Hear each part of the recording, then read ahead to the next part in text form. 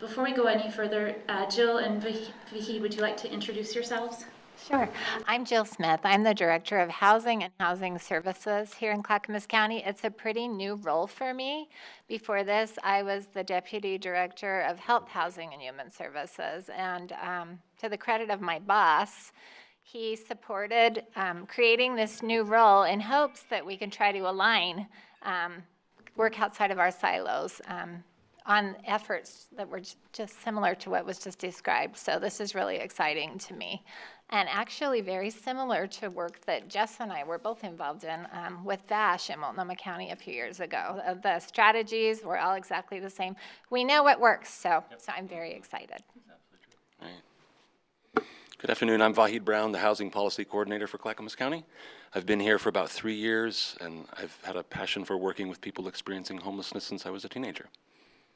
Great. Yeah. So before we dive into deeper questions of how could we do this here in Clackamas County and across the region, tell us what's happening already. What already do we do to provide supportive housing in Clackamas County specifically? Go for it. Can we just talk about that? So we have a coordinated entry system in Clackamas County, coordinated housing access, and we've had the oldest coordinated entry system in the metro region.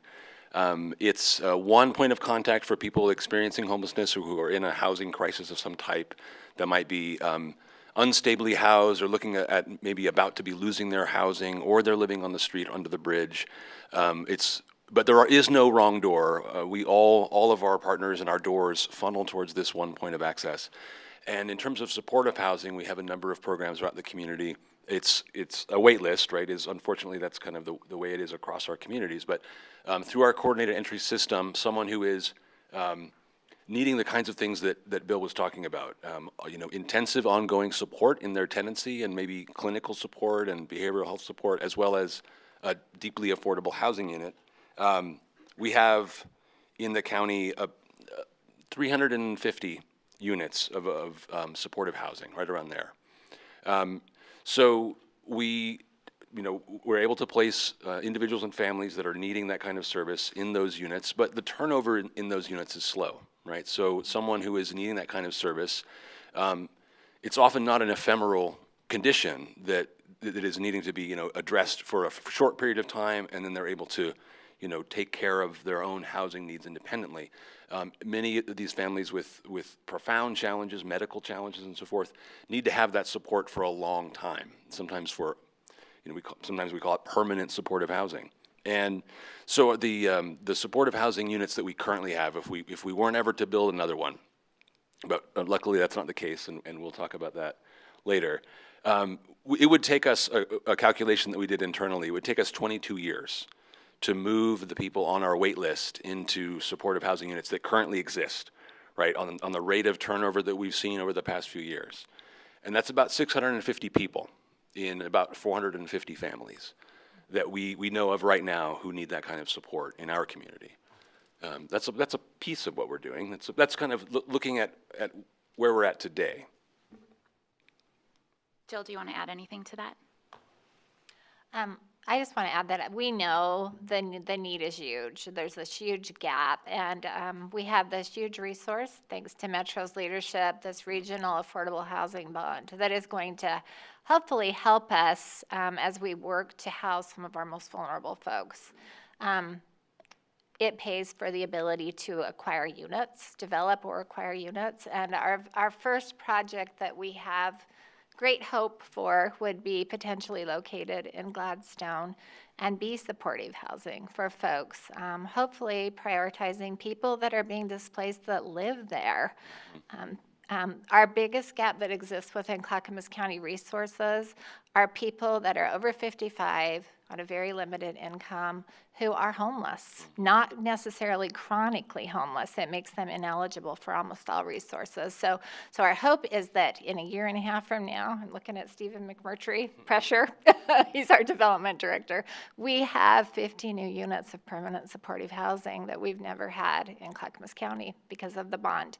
We are part of Health, Housing, and Human Services, the Housing Authority and Housing Department is, and because of that, the entire department is contributing, actually financially, to build a development team that can help us work with partners, like Hannah Geller, that's here today, to develop housing that can serve our most needy residents. And provide those services. We can start with the services that we already have because we're serving the same people. If you walk in the health clinics, they're probably the same people that are on our waiting lists. So we're going to work together and figure this out. We're very committed to that. I'm wondering if you can say a few more words about the resources already in the system. So you mentioned the $652 million bond that voters approved in November, which is the first of its kind region-wide funding to create affordable homes, and we're all really excited, and many of us are working double time to get those dollars rolling into our community, though the bond in its nature is capital financing, funding to only provide for the bricks and sticks of a building. And I've learned in doing this work, by many of you in the room who've taught me, that the work of ending homelessness and serving people with very low incomes can't be achieved alone with a building. Right. There's the ongoing funding to support the operations of the building, plus the ongoing annual funding to support the case management supports to serve the people who will live in the building. And I know your county board has stepped up significantly recently to help bring some of those resources. So maybe you can tell us more about what's happening on the resource front in Clackamas County. Yeah, I mean, and to put it in the significance of the county's investment in perspective, all of our federal funding that supports about 29 programs that are coordinated through what's called the continuum of care in the county, their annual budget right now is about $2.7 million. And those fund a lot of the types of services that you're talking about, services that get people off of the street, that provide them services ongoing in the housing that they have, a lot of different programs, serving families, serving victims of domestic violence, serving veterans, and so on. That's $2.7 million a year that we have. The county's Affordable Housing and Services Fund, which is just now beginning to put dollars out into the community through a competitive process that we completed recently, is a $1.2 million annual investment. So it's almost half as much as the federal government is giving us. So the expansion of our capacity with that commitment by the Board of County Commissioners is dramatic, and the new partners that will be coming into the community with the contracts that we're kind of just now inking have deep experience and expertise in our neighboring counties, but very little experience working in Clackamas County. So we're expanding the group of partners and organizations that are going to be tackling this problem with us here, which is great. So thank you, County Commissioners. Mm-hmm. Jill, did you have anything to add? No, I feel exactly the same. We also have county commissioners who are just deeply engaged in and want to lead this work, which I think without that we can't be successful. So now is the time for us to really move forward, and we're so thankful that you're here. I just wanted to add that I just received a report that I'll shoot out to everybody if they want to see it. Multnomah County is doing a small pilot that they funded of a program very similar to this, and a good friend of mine, Bobby Weinstocks, happened to see that we were holding this event, and he sent their outcomes to me with a description of what the housing authority's role is, how important flexibility is, how important it is to step away from all the rules, which, believe me, I know. I've been working at housing authorities for a long time. The flexible funding, the service providers, and the units. So he has been one of the strongest proponents of flexible rent assistance that I have ever known in my career. And I believe everything that you said about the units are already there. We need the relationship with landlords, and I've been very engaged in landlord relationships, and you can do so much if you build those and you make those investments. So I will share that with anybody who wants to see that. It's a pilot, and it's amazing. It's going amazingly well. I just sent it to Jess. All right, well, I can see hands starting to pop up, so I have one more question before we turn it to the audience. Vahid, you talked about where we're at right now with 350 units and what it would take to house all the people in Clackamas County who need that housing. It would be 22 years, and I think we can all agree that's not a reasonable amount of time to wait for housing. Right. So what are you learning here today? What's exciting about what Brilliant Corners has structured in the LA and San Francisco area? What are the opportunities and the needs what are the needs first, and then the opportunities to fill the gap of where we're at today and where we hope to get to? Yeah, I'll start with the needs. So we have a lot of data about need. We know a lot about very vulnerable members of our community because we ask them a lot of questions. We do the point in time count every other year. We know that supportive housing is the best practice intervention to address the needs of people who have been homeless for a long time and who have a disabling condition, what HUD calls chronically homeless people. And we, unfortunately, are seeing an increase in that in our communities over the last 4 years. Between 2015 and 2017, there was a 43% increase in that. And so I think that's because of where we're at, right, and indicative of where we need to go. We just finished our warming shelter season, right? So we had our severe weather shelters operating in the county over the winter, like we do every winter. We did not have a dramatically increased capacity this year. We actually had a little bit less capacity because we scaled it down after the previous year. We had a lot more warming shelter than was actually utilized. And despite that fact, we had a 63% increase in utilization. So that tells me in the warming shelter work that there's a larger community of people today than there was this time of year last year who need help. We're also going to learn more about the community that we're serving with supportive housing this summer with a project that we're currently underway with Portland State University that looks at frequent utilizers of systems and that are frequently in the emergency room, frequently in an ambulance, frequently in a police car. Maybe they're frequently being arrested and they're in the justice system, and they don't have housing. So there's the nexus where there's people who are homeless and are frequent utilizers of public services that are extremely costly. We want to know, what is a frequent utilizer? How often is that? Let's put some numbers to this. And let's look at who actually are these folks and how much is it costing our communities to allow them to remain outside with their needs unaddressed. And we already know from these studies all over the country that we're paying more by doing nothing than we would be if we were to invest in housing those folks. We already know that. But we want to know the numbers. We want to be able to have the data so that we can go to our partners and across systems and say, we all know that it's costing us more to not serve these folks than it is to serve them with costly emergency services and allow them to be very sick outside. So this is the scale of what we think it would take, and that's what we'll be able to look at moving forward. Need is something that I'm really deep into because I'm looking at that all the time. But there was another part of your question, Jess. Lessons learned, what were your aha sitting over there in the chairs listening to the Brilliant Corner story? Gosh, I think Jill and I are both just oh gosh, if only, right? I mean, It's okay to say, aha, that guy talks a lot. No, that wasn't my aha. Was just the flexibility and coordination of the various parts of your system is very impressive. And I mean, the flexible dollars that's the key takeaway. Is our funding streams are tightly controlled in what we can do with them, and so we're always juggling internally. Our funding streams don't meet people where they are at and with who they are and what they need. And that's what we want to do as folks in this work. We want to be able to meet our community and say, we don't need a 40-page manual of regulations to know what it is that you need. I know what it is you need. You know what it is you need. You're advocating for your own needs. We need to have the flexibility to meet them and address those needs. And it's remarkable the way that you've done that. And I mean, I wish I could just follow you down back to LA and spend a week in your office. And well, I appreciate all the compliments, and just the you means just such a vast array of thought leaders and people who've been in the trenches on Skid Row and across LA County, United Way, Hilton Foundation, Dr. Katz, who came down from San Francisco to take over the Department of Health Services, and on and on.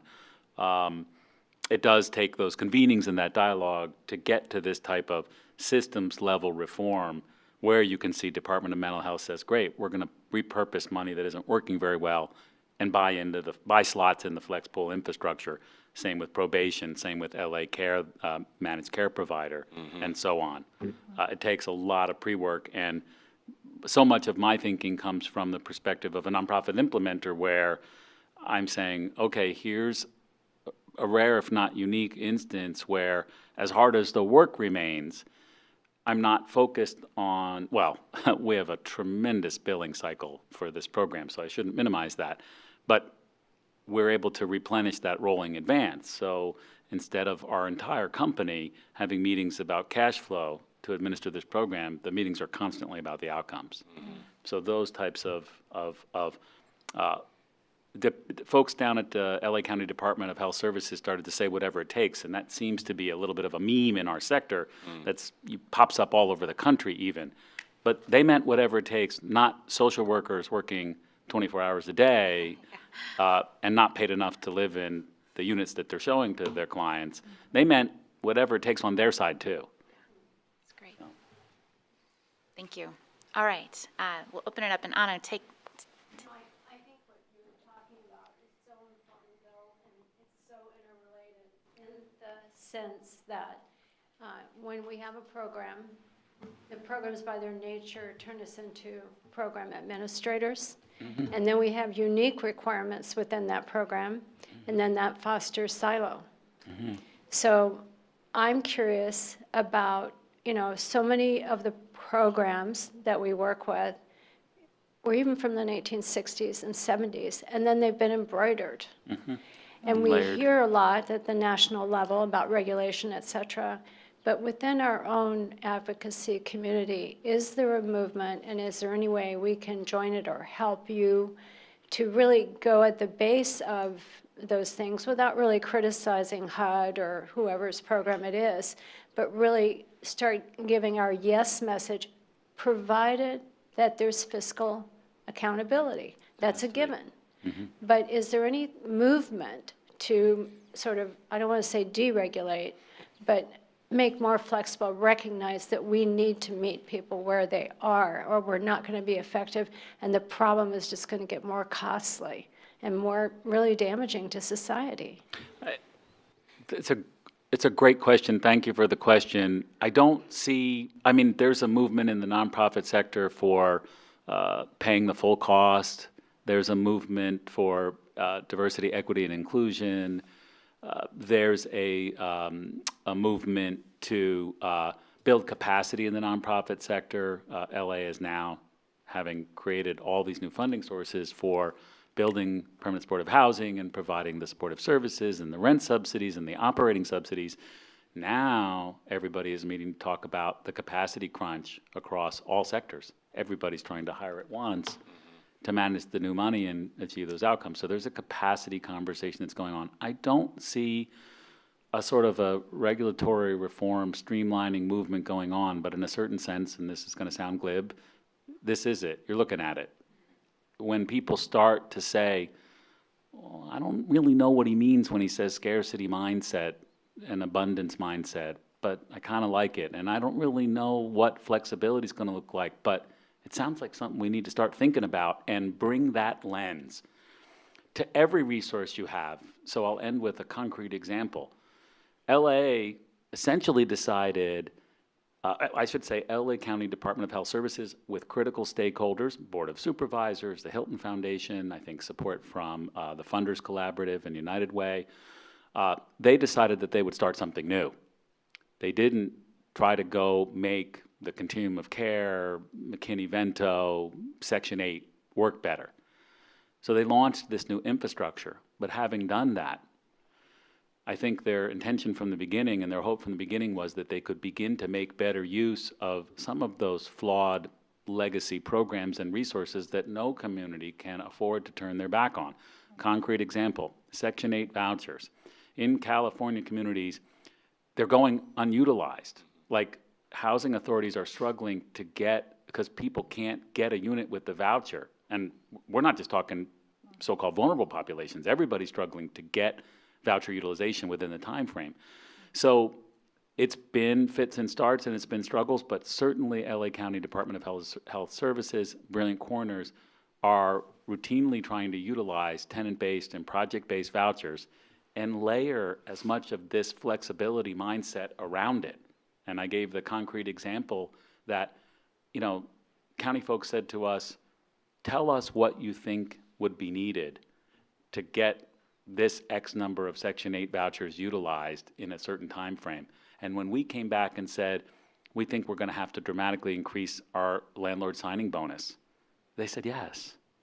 So, and we had some tremendous success with that. So that's just one concrete example where we don't have the time to reform every government program all the way back to DC, all the way back to the National Housing Act, and we don't have the luxury to turn our nose up at valuable resources. But we can layer on that structures that embody this more flexible and collaborative and trust-based, trust and verify approach. So you're filling those gaps, more rigid programs. Yes. Well, and I just want to add just one thing about flexibility. The one area, and it's limited, mind you, that the federal government is considering flexibility and increasing it is with housing authorities being able to get moving to work flexible authority. Yes. They're bringing on 100 new agencies over the next, I think, 5 years. I'm hoping that we will be applying for that. There's an application open to apply by mid-June for the Clackamas County Housing Authority. Home Forward enjoys that flexibility. They have used it to do things exactly as described, provide security deposit, provide flexible funding for people. It allows you to meet the needs of your community and work outside of those restrictive regulations. So. How does moving in that direction? They're offering 100 new moving to work slots. Yep. Go ahead. Yeah, hi. I'm John Miller. I'm a consultant working with the Housing Authority right now. I've got a question. The flexible money sounds great, but I'm curious, where does that come from? So where does the money come from, and what level makes those decisions? So how far up did you have to go in order to finally get some actual flexible money into your system that you could use for some of these bonuses and things like that? Thank you. Very good question. Complex, flexible housing subsidy pool has multiple funding streams flowing through it. When the program was launched, my numbers might be just a little bit off here, but when it was launched, there was $4 million of truly flexible money from the Conrad and Hilton Foundation, 100% of which was used for rent subsidies, move-in assistance, security deposits, and other pass-through costs, with the knowledge that the county was going to ultimately pick up that tab. There are a lot of county general funds that are being used, flowing primarily through the Department of Health Services, but also through DMH. They created a new division within the health agency called the Office of Diversion and Reentry, that I think was, some of the political will for that was spurred on by the success of LA County's Department of Health Services Housing and Health Initiative and the Flex Pool within that. And that program is referring people into the Flex Pool, justice-involved people who would otherwise be cycling back and forth between the justice system, homelessness, and shelters. So a lot of different funding sources. We just finished an application yesterday. In fact, on the plane up here last night, I put the finishing touches on it with staff for a reentry grant that would enable us to scale a sub-program of the Flex Pool that's for probationers and their families, and we'd be able to add another 100 slots. So we're kind of vacuuming up other resources, but leveraging what's already there with the Flex Pool, or, you know, the two sources leverage each other.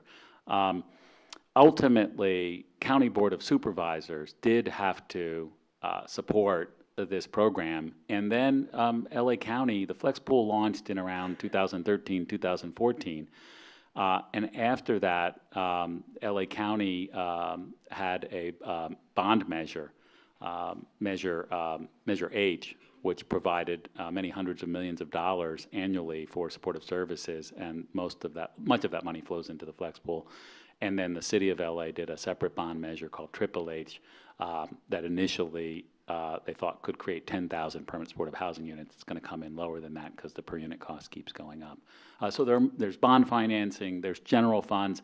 I think there's utilizing other available sources, whether federal, state, or local, across multiple systems. And last but not least, although Dr. Katz told me that when he came up with the idea that DHS could take the lead, creating 10,000 new units of housing initially, essentially for frequent utilizers of public health services, but in effect serving people experiencing homelessness, he didn't know where all the money was going to come from. But he's a very humble and down-to-earth man. I think he had a pretty good sense that they would have significant offsetting savings, especially if they started with the highest frequency, most expensive utilizers of public health services, people who didn't need to be in a hospital bed or in the emergency room. I know someone has the mic. Go for it. My name is Amber Stenson, and I have been with the county for 2 years. I'm the residential specialist for the adult choice model team, which means that there's a pocket of individuals who are being served by our team who are frequent utilizers of the ER, Oregon State Hospital, several guilty except for insanity, which in the state is called the 370. And this pocket of funding for this type of service is a silo, in my opinion. I don't go to the coordinated housing access line when I need a client who has 21 days to be discharged from the Oregon State Hospital and we have nowhere to place them. That's not my first direction of look. And I kind of feel like behavioral health has been the last one to the table because it has been kind of this siloed funding stream, generally through Oregon Health Plan, Medicaid, in our county health share. So I have tried to think outside the box in many areas, and that is by placing clients who are in need of housing but need that support in adult foster homes in our county, which behavioral health licensed foster homes in the county are of a very, very premium and get smaller every day as their funding and their service payments are continually reduced by over 50% in the last 3 years. This doesn't allow mom and pops to offer that type of service. I was at a meeting this morning that I realized that there is a whole plethora of openings in the DD AFH world. What? What do you mean? Oh, well then I can help you jump through the hoops so that you can become a mental health AFH provider and still keep your license. But the bureaucracy just continues and continues and continues. And our system is overseen by the Department of Justice because in 2012 they came in and said, Oregon, you're not serving our mental health in the fashion of which you should be. And here we are 7 years later and we're still being overlooked by the Department of Justice. I have 2 RAP programs of which there are only 30 slots apiece. They're both very full. If I just had one more RAP program of 30 slots, I would be able to alleviate a huge amount of homelessness just in my 180 type team, 180 clients that we serve. However, I serve the entire county of anybody who's living with a serious and persistent mental illness, SPMI, population, and field all those referrals. And I can't serve everybody. So I see the silo being in behavioral health, and I would love to know how LA County and San Francisco look at behavioral health for those who are sadly in a constant rotation of instability, either in residential treatment or in their own level of care, which is wonderful. Everybody wants to live in their own apartment. Everybody should have their own welcome mat. But how are those counties working with that population when they typically aren't looked at as the homeless? Yeah. It's a great question. I'll hopefully my answer won't be too off topic. through the Flexible Housing Subsidy Pool, the Department of Health Services does partner with Brilliant Corners to create not only permanent supportive housing sites, tax credit buildings that are underwriting to both the rent subsidy stream as well as the package of tenancy supports and intensive case management supports that are part of their service planning requirements, often for funding applications and so forth, and just needed for quality building. Also, the scattered site, if you will, market rate units that we pick up, 1 here, 10 there, however we do it. New developments, even on the market rate side, that are being underwritten to the flex pool. But in addition to all of that, we will function as a master lease partner for the county when they can identify a site for interim housing or recuperative care. We're able to control that site while they do the work to get a service provider positioned, to build out the staffing, to do the adaptive reuse if there's going to be a rehab. So we're providing that service as well. That doesn't directly speak to your question about a specific behavioral health or mental health population, but certainly within the flexible housing subsidy pool, we see a range of acuity levels. We've got justice-involved folks. We've got lots and lots of people who are seniors. We've got families, specifically our probationers sub-program. High percentage of the probationers had young children that they're able to reunite with through the program. We've got lots of folks with substance use disorders that are part of their challenge. And our role at Brilliant Corners, we're a dialogue partner, but we basically screen in. If somebody is referred into the flexible housing subsidy pool, we might be eyes and ears on the ground to say, boy, Mr. Smith is really having trouble in this scattered site unit with only visiting supportive services. We're recommending maybe we consider a relocation to a unit within the flexible housing subsidy pool portfolio that has on-site case management. So the ability to build out this array of different settings allows not for Brilliant Corners to be the one that says, well, this person belongs here, but for our case management partners and our county partners to make good decisions with the program participants about where they're most likely to succeed and to relocate them rather than to have them fall back into homelessness or go back into the hospital system or the justice system when they are struggling in an original, I hate to use the word placement, but the first unit that we get them into. If that doesn't work out, it doesn't lead to eviction or homelessness. It leads to a coordinated relocation to a better setting. Bill, before we take the next question, there's something you said at lunch today that I think really applies to this question. It's not just the siloing of systems in regards to resources, but it's also the siloing of systems in terms of culture and how overcoming that as partners join into the flexible funding pool. I wonder if you want to speak to that a little bit too. Yeah, I think the topic is that we all don't speak the same language, and there's a reason for that. And again, it would be extremely glib to say that there isn't a need for specialized resources, whether it's adult and aging services and thinking about geriatric needs. There are really unique challenges that people face for a part of their life or throughout their lives. And we do need dedicated resources and specific supportive service designs and care coordination for all of those different types of needs.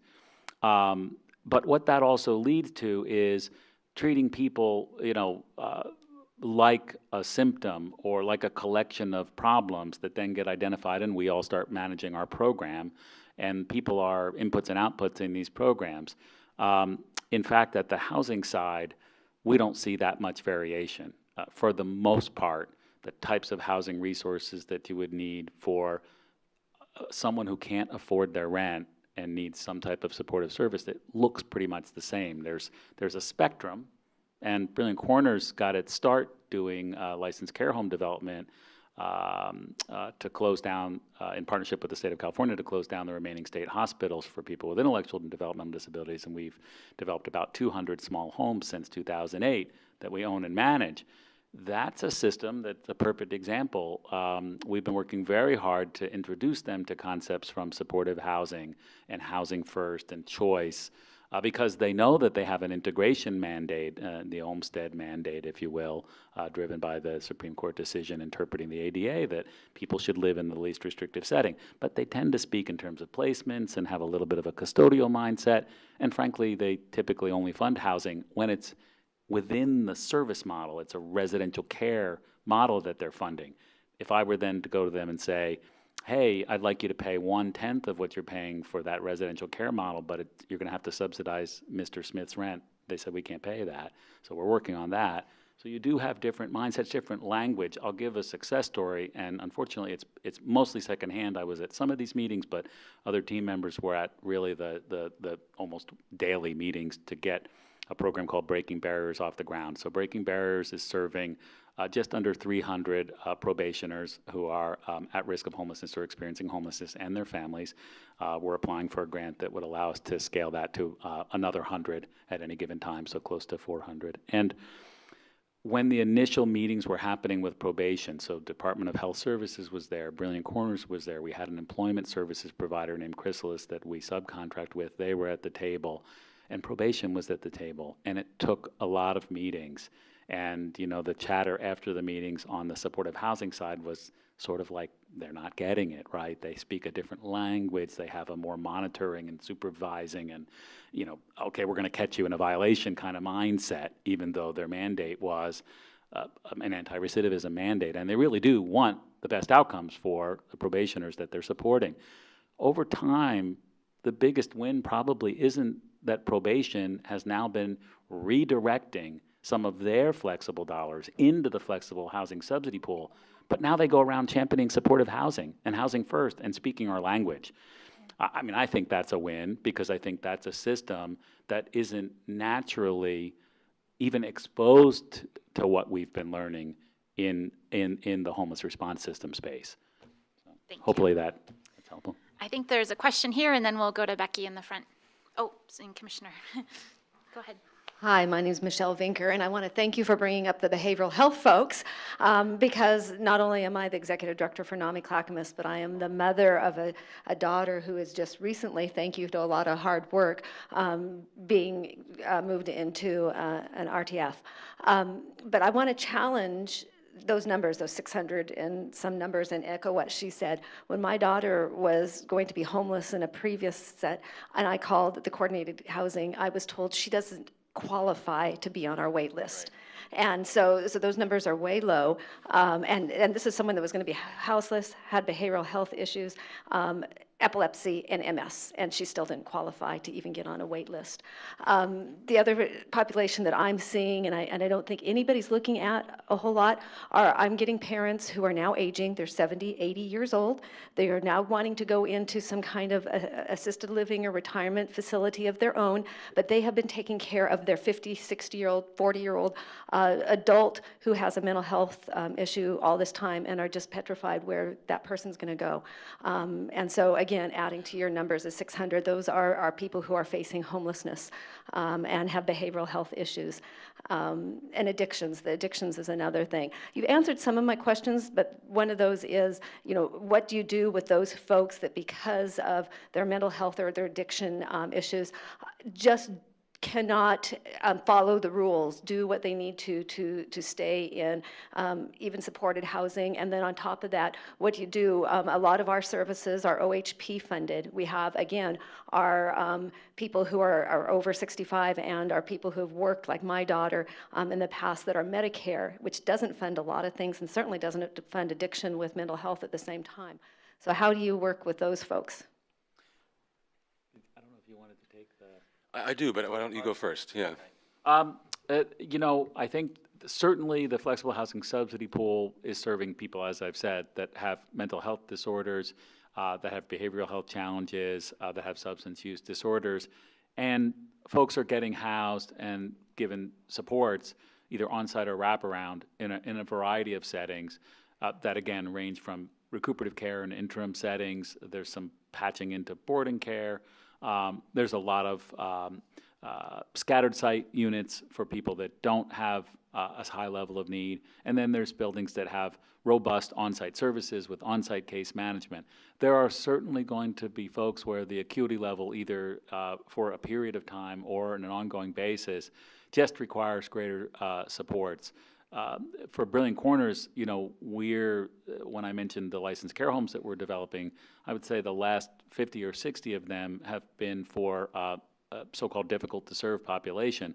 This is unrelated to the flexible housing subsidy pool, but it's certainly an example where, although we want to champion supportive housing as a model, and that means you hold your own lease and you have your own front door and many other things that look like the housing we all want to live in, I think the reality is for a lot of the folks that we're serving in that model, you know, I wouldn't want to say that you couldn't have done a supportive housing model for more of the population, where our marching orders from the state were to develop these very customized homes.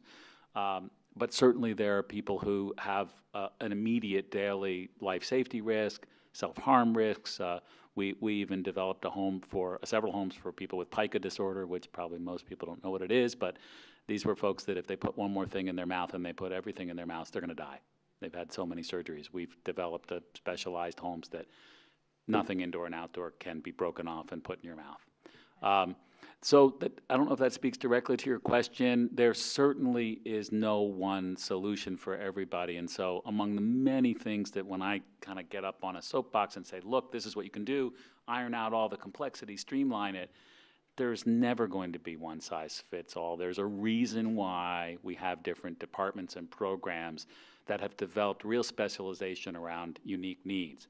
What there is opportunities to bridge across those systems and those programs and when possible, take advantage of a shared infrastructure that just makes more sense and is available potentially for at least a range of those individuals who maybe aren't maxing out the score on the VI SPDAT, right? So have you found a way, though, to be able to serve with that variety of services? Because I think my daughter might have been a little more successful, that aren't Medicaid folks, to bring in those intensive services for the Medicare or the uninsured or the private insurance folks so that they can be successful in a lower care setting. You know, I'm not able to speak. Unfortunately, it'd be fantastic to have a partner here from LA County Department of Health Services or maybe Department of Mental Health to speak with more specificity. I would be shocked if every single person being served in the program was drawing upon those funding sources and only those funding sources. Clearly, the Flex program is using county general funds, bond measure funds, and funds repurposed from an array of existing local, state, and federal sources. So. And I just want to thank you for challenging that. I think it's I never want to give the impression that the scale of the need is smaller than it really is. That would be far from my intention. The 605 persons that are on waitlist for permanent supportive housing are simply people that when they called CHA, when they called Coordinated Housing Access, they were screened for eligibility for all 29 programs, and they were deemed eligible for one of the permanent supportive housing slots, and they currently are on those wait lists.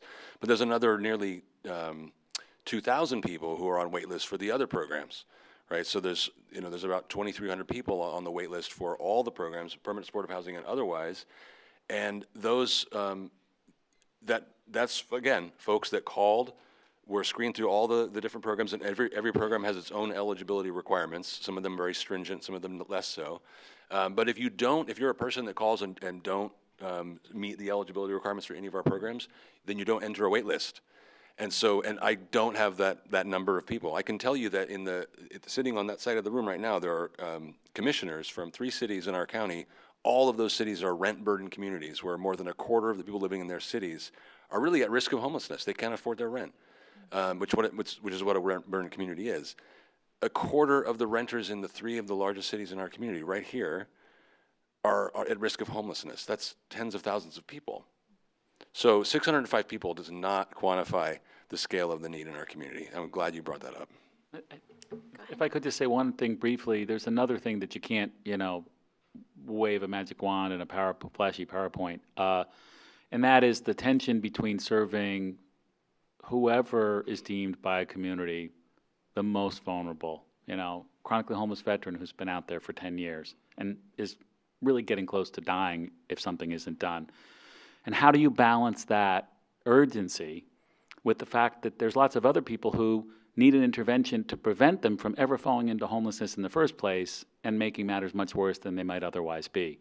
Well, I take that, I don't have an answer other than to say it's the scarcity mindset along with the way we fragment our approach to taking care of people in our communities across all these different systems that puts you in that spot of having to make that devil's choice or whatever, right, between taking care of those in the most urgent and desperate need versus, preventing more people from slipping into that situation in the first place.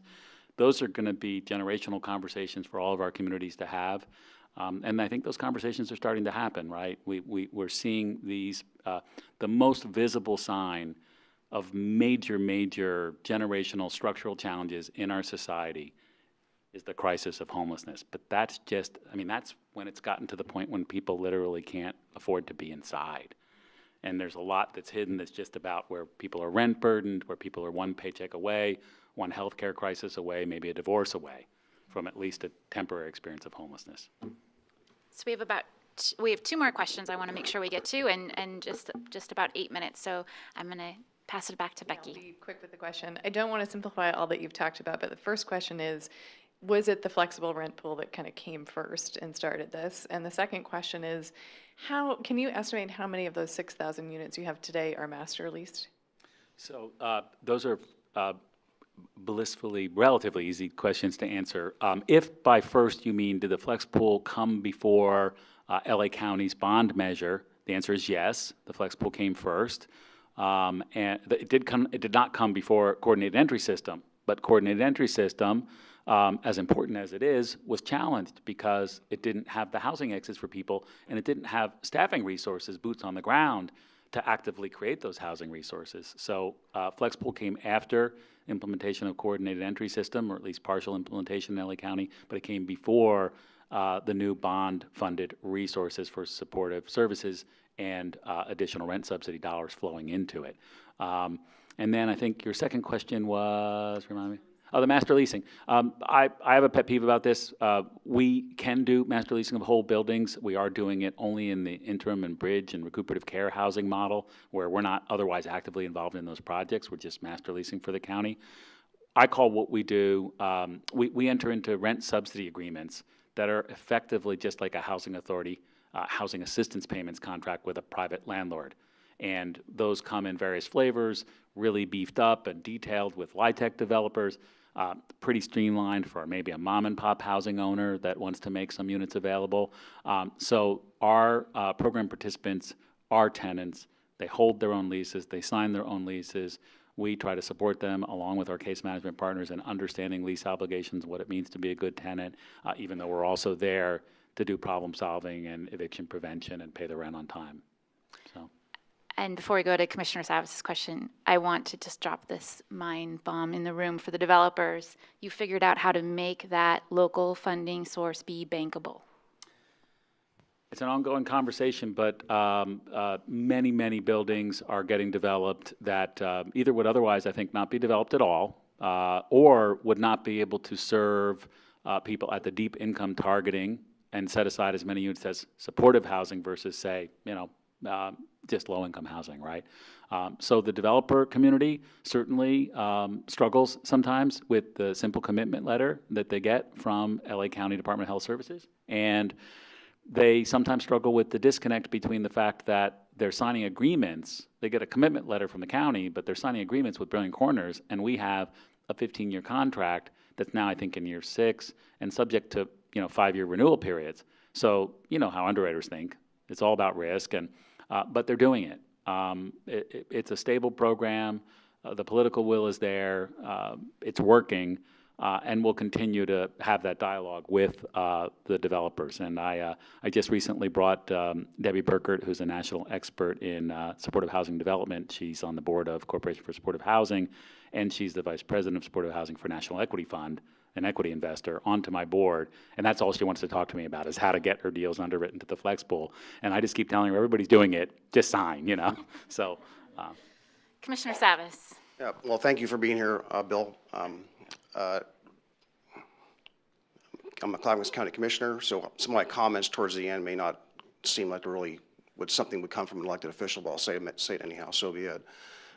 Yesterday afternoon, well, actually the first of the week, all week, we had a contingent of about 23, 24 people from Clackamas County. Commissioner Fisher joined us down in San Diego for the Alliance of Hope. And I know one of your first slides was talking about hope, so I'll just put a positive spin on some of the dire things that we're facing, because the homelessness and the crisis we're facing is not going to get any better anytime soon in the foreseeable future. So the numbers are not looking good.